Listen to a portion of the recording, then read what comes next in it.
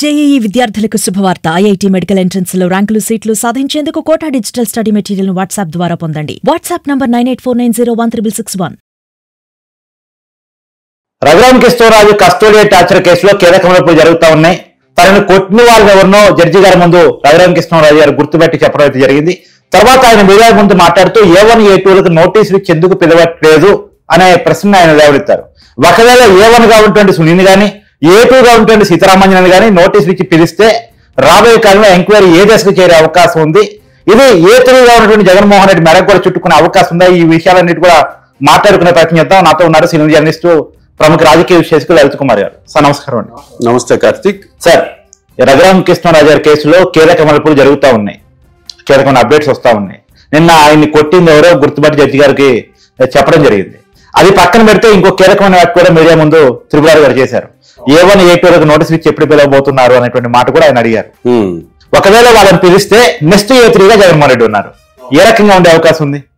ఇక్కడ రఘురామ్ కృష్ణరాజు గారు కూడా నిన్న ఎవరైతే తన మీద కూర్చొని దాడి చేస్తూ తన ఫోన్ పిన్ నంబరు అడిగాడో ఆ పిన్ నంబర్ అడిగే సమయంలో అతను మొహానికి కట్టుకున్న కర్చీప్ ఊడిపోయింది. ఊడిపోతూనే రఘురామ్ కృష్ణరాజు గారు, ఎందుకంటే ఇలా పడుకొని ఉంటాడు కదా, ఇక్కడ గుండెల మీద పడుకొని ఉన్నప్పుడు ఆ ఫోన్ నంబర్ అతను అడుగుతున్నప్పుడు రఘురామ్ కృష్ణరాజు గారు ఇలా ఉన్నాడు, ఇతను పైన కూర్చొని ఉన్నాడు గుండెల మీద. అతని కర్చీఫ్ ఎప్పుడైతే ఊడిపోయిందో అతన్ని చూసి గుర్తుపట్టాడు. గుర్తుపట్టి అతను తులసి బాబు అని చెప్పేసి గవర్నమెంట్ మారిన తర్వాత చెప్పాడు ఆయన. ఆ తులసి బాబుని అరెస్ట్ చేశారు, బాగా ఉంది. ఐడెంటిఫై చేయడానికి నిన్న పిలిచి అందరినీ మిమ్మల్ని మీ మీద ఎవరెవరో దాడి చేశారు ఏంటి అనే విషయాల మీద కొన్ని ఐడెంటిఫై చేసి వచ్చాడు ఆయన. చేసి వచ్చిన తర్వాత అతన్ని కూటమి ప్రభుత్వానికి చురకలంటించాడు. A1 గా ఉన్న సునీల్ కుమార్, A2 సీతారామాంజనేయులు గారిని ఎప్పుడు మీరు పిలుస్తున్నారు విచారణకి అన్నది ఒకటి. దాని తర్వాత A3 గా జగన్మోహన్ రెడ్డి ఉన్నాడు. నెక్స్ట్ అతను జగన్మోహన్ రెడ్డి వస్తేనే అతన్ని కూడా పిలిపించవచ్చు. ముందు వీళ్ళని పిలిపించాలి. ఎందుకు పిలిపించడం లేదు? ఎందుకు విచారణకు మీరు ఏమిటి మీ ఇబ్బంది? మీకు ఏమైనా ఇబ్బంది పడుతున్నారా అని కూడా ఇండైరెక్ట్ గా ఆయన ప్రభుత్వాన్ని, హోమ్ మినిస్ట్రీని ప్రశ్నించాడు. ఆ కేసు మీద రఘురామ్ కృష్ణరాజు గారు టీడీపీకి సంబంధించి పార్టీకి సంబంధించిన వ్యక్తి, డిప్యూటీ స్పీకర్ గా ఉన్నాడు. ఆయనే ఈ విధంగా కూటమి ప్రభుత్వాన్ని ప్రశ్నిస్తే ప్రజలు ఏమనుకుంటారు? అతని నోటి నుంచి రాకముందే మీరు విచారణ చేయాలి. చట్టం తన పని తాను చేసుకుపోతుంది అన్నట్లు ఆ విచారణలో వ్యవహారాలు నడుస్తూ ఉండాలి. అది మళ్ళీ ఇంకొకరు ప్రశ్నించే స్థాయి వరకు మీరు తెచ్చుకోకూడదు. ప్రభుత్వం కూడా అందులో సొంత ఎమ్మెల్యే ప్రశ్నించే స్థాయికి అసలు తెచ్చుకోకూడదు. మీకు పరువు పోలేదా? ఇప్పుడు వైసీపీ ప్రశ్నించడం వేరు, సొంత ప్రశ్నించడం. సొంత వ్యక్తి, డిప్యూటీ స్పీకరు, బాధితుడు, మాజీ ఎంపీ, మీరు అన్ని చూసిన వాళ్ళు, గత 5 సంవత్సరాల్లో ఎటువంటి ఇబ్బందులు పడ్డాడో రఘురామ్ కృష్ణరాజు గారు కూడా చూసిన వాళ్ళు, మీ టీడీపీ పార్టీకి పరోక్షంగా సాయపడినోడు రచ్చబండ కార్యక్రమం ద్వారా. అటువంటి వ్యక్తిగా మీరు న్యాయం చేయలేకపోతే ఆ A2 A3లను మీరు A1 A2లను మీరు పిలవకపోతే విచారణకు ఏమనుకోవాలి? అంటే ఇప్పటికే A1 మీద విచారణ జరుగుతుంది, శాఖాపరమైన విచారణ. IPS గా ఉన్నారు కాబట్టి శాఖాపరమైన విచారణ జరుగుతుంది అనేది ప్రభుత్వం నుంచి వస్తున్న వాదన. ఇప్పుడు కొంతమంది ఐఏఎస్లు సస్పెండ్ చేశారు కదా, మరి ఇతన్ని ఎందుకు సస్పెండ్ చేయరు? ఇతను కూడా శాఖాపరమైన విచారణ పడ్డప్పుడు ఆటోమేటిక్ సస్పెండ్ సార్. సస్పెండ్ లోనే ఉన్నాడు ప్రజెంట్. సస్పెండ్ లో ఉన్నాడు. ఓకే. ఇప్పుడు అతని మీద కమిటీ చేశారు. ఆ కమిటీకి సంబంధించి కాల పరిమితి కూడా ఇవ్వాల. మీరు కాల పరిమితి ఇవ్వాలా? ఊరికే కమిటీ ఎంక్వైరీ చేయండి అని చెప్పేస్తే అది ఎప్పటికి వస్తుందో తెలియదు కదా. కాల పరిమితి 1 నెల, 2 నెలల, 3 నెలలని ఇవ్వాలా గవర్నమెంట్. అంటే ప్రతి నిర్ణయం కనుక ఏదో ఒక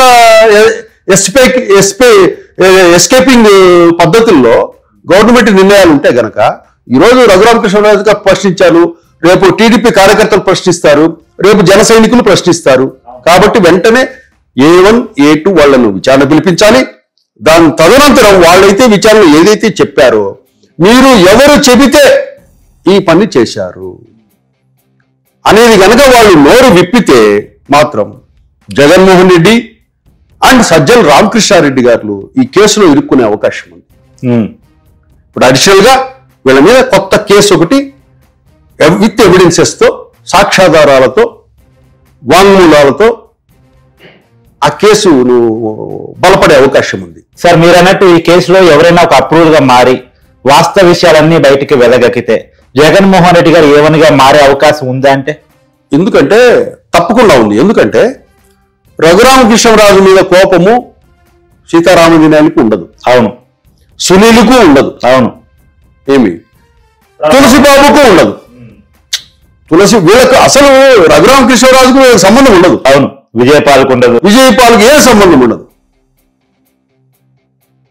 జగన్మోహన్ రెడ్డి చెప్పారు, అరెస్ట్ చేశారు, లాక్కొచ్చి ఆడ వేశారు, కొట్టాలనుకున్నారు, కొట్టారు. ఇంకా కూడా నేనే వచ్చి కొడతాను కూడా జగన్మోహన్ రెడ్డి గారు అన్నారంటే కాదు. ఇక్కడ జరిగింది ఏంటంటే, మనకు తెలిసిన సమాచారం మేరకు ఎప్పుడైతే హైదరాబాద్ లో రఘురామకృష్ణరాజు గారిని లిఫ్ట్ చేస్తూనే ఏపీ బార్డర్లోకి రాగానే అక్కడి నుంచి తాడేపల్లి ప్యాలెస్ నుంచి ఆదేశాలు వచ్చాయంట. మీరు డైరెక్ట్ గా రఘురామకృష్ణరాజు గారిని ప్యాలెస్ కు తీసుకురండి, నేనే కోటింగ్ ఇస్తాను అని ఫోన్ వచ్చిందంట.